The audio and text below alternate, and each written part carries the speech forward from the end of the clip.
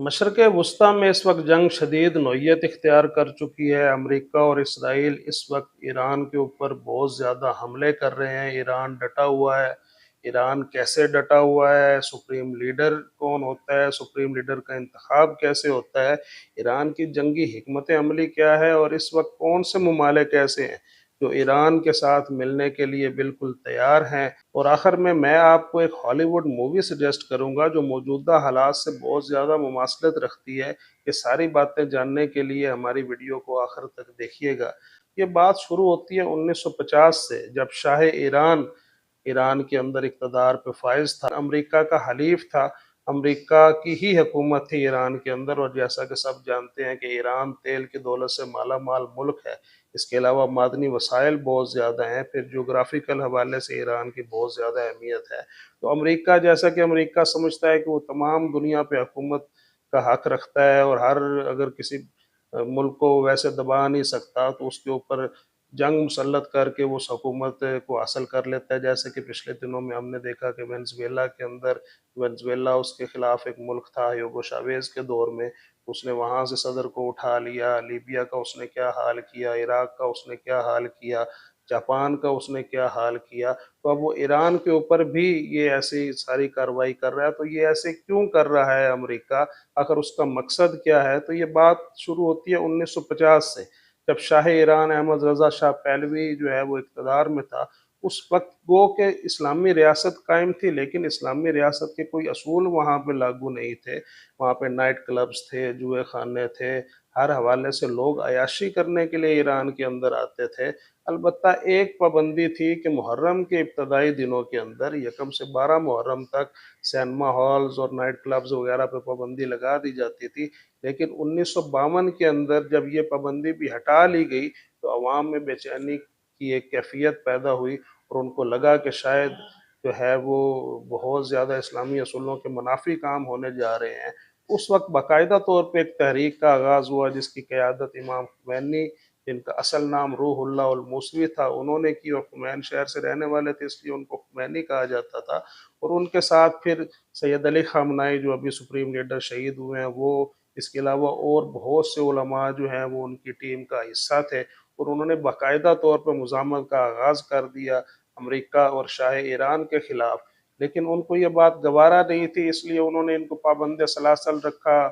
इनको इनके ऊपर बहुत ज़्यादा ज़्यादतियाँ की, इनको मुल्क बदर किया। लेकिन बिल-आखिर 1979 में जाके इनकलाब जो है वो, इस्लामी इनकलाब जो है वो आया, इमाम खुमैनी की हुकूमत कायम हुई, और इमाम खुमैनी ने विलायत फ़क़ीह का एक कंसेप्ट दिया। यानी विलायत का मतलब होता है कि किसी को रास्ता दिखाने वाला, और फ़क़ीह बहुत बड़ा आलम। तो विलायत फ़क़ीह का कंसेप्ट जो है वो तशय्युअ के अंदर बहुत ज़्यादा अहम है। विलायत फ़क़ीह के ज़रिए बनने वाले जो वली फ़क़ीह होते हैं उनको नायब इमाम का दर्जा हासिल होता है, और उनके हुक्म को वाजिब तसव्वुर किया जाता है।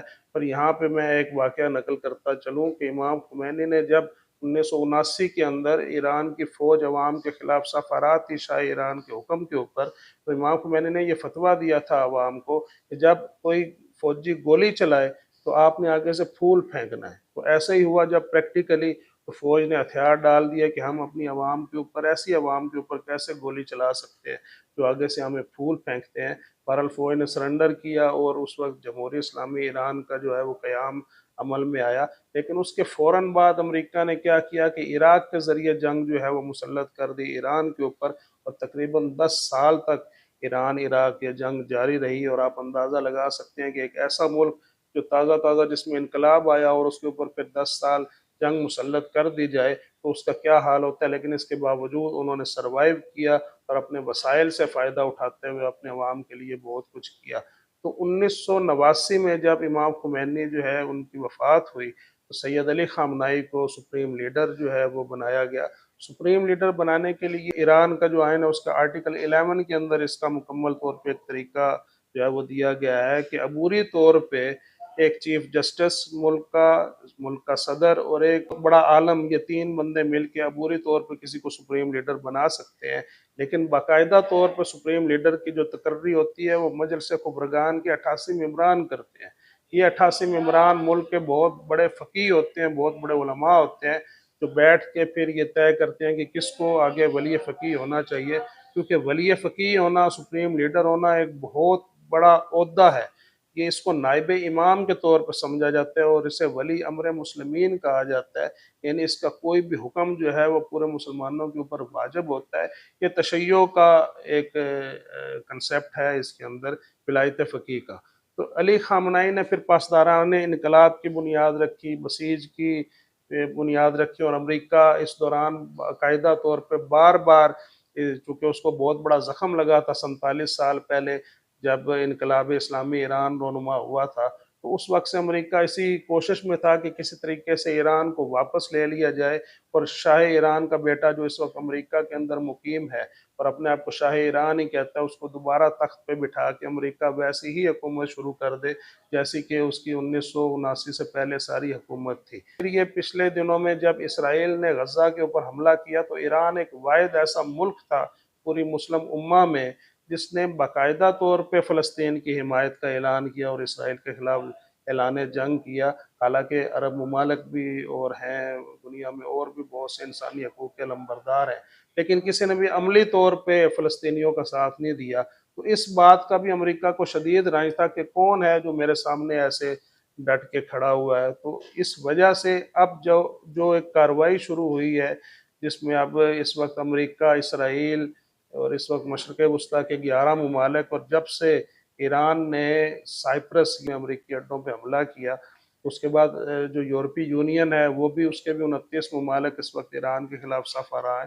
تو تقریباً 40 ممالک اس وقت ایران کے خلاف صف آ رہا ہے اور مکمل طور پر پوری طاقت کے ساتھ جو ہے وہ ایران پہ ٹوٹ پڑے ہیں، لیکن ایران مزاحمت کر رہا ہے کیونکہ اس کو کربلا کا درس ہے۔ انہوں نے وہ علی خامنہئی نے جب امریکہ کا خط لکھا تھا اور اس کو کہا تھا کہ ہمارے بچوں کو لوریاں ہم نے نہیں سنائی، ہم نے انہیں کربلا سنائی ہے۔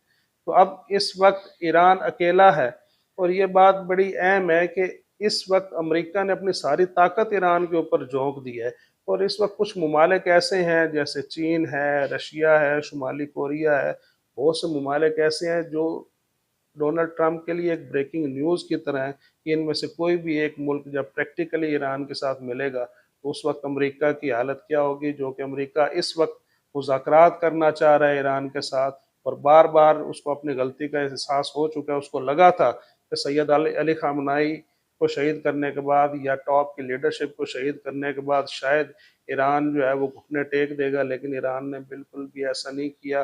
وہ جنگ لڑ رہے ہیں، اور وہ اس لیے بھی جنگ لڑ رہے ہیں کیونکہ وہ اس سے پہلے بھی جنگ لڑ چکے ہیں۔ ایران عراق 10 سال تک جنگ رہی اور ایران نے گھٹنے نہیں ٹیکے تھے، حالانکہ ایران اس وقت جو ہے وہ انقلاب کے بعد تازہ طریقے کے ساتھ وہ تھا میدان میں۔ اب تو ایران بہت زیادہ پاورفل ہو چکا ہے، تو گھٹنے کیسے ٹیکے گا؟ لیکن بہرحال یہ تو اب آنے والا وقت بتائے گا کہ کیا ہوتا ہے۔ میں نے آپ کے ساتھ جو بات کی تھی کہ میں آپ کو ایک ہالی ووڈ مووی سجیسٹ کروں گا اس ویڈیو کے آخر کے اندر، جو کہ موجودہ حالات سے بہت حد تک مماثلت رکھتی ہے۔